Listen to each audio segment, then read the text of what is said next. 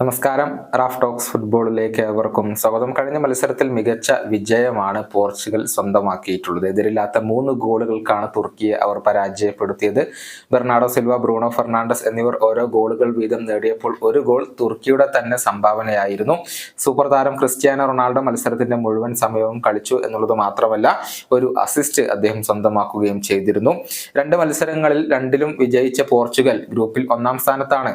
Pre quarter യോഗ്യത ഇവർ കരസ്ഥമാക്കുകയും ചെയ്തിട്ടുണ്ട് എന്നുള്ളത് മാത്രമല്ല, 1-ാം സ്ഥാനം ഉറപ്പിക്കുകയും ചെയ്തിട്ടുണ്ട്.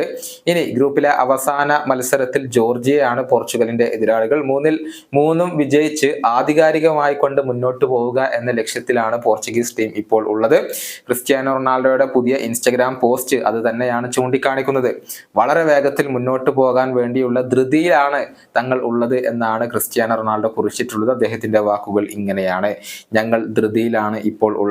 1-ാം സ്ഥാനം ഇപ്പോൾ ഞങ്ങൾ ഉറപ്പിച്ചു കഴിഞ്ഞു. ഈ ടീമിൽ ഞാൻ വളരെയധികം അഭിമാനിക്കുന്നു. ഞങ്ങൾ പോർച്ചുഗലിലാണ്. ഇതാണ് ക്രിസ്ത്യാനോ റൊണാൾഡോ കുറിച്ചിരിക്കുന്നത്.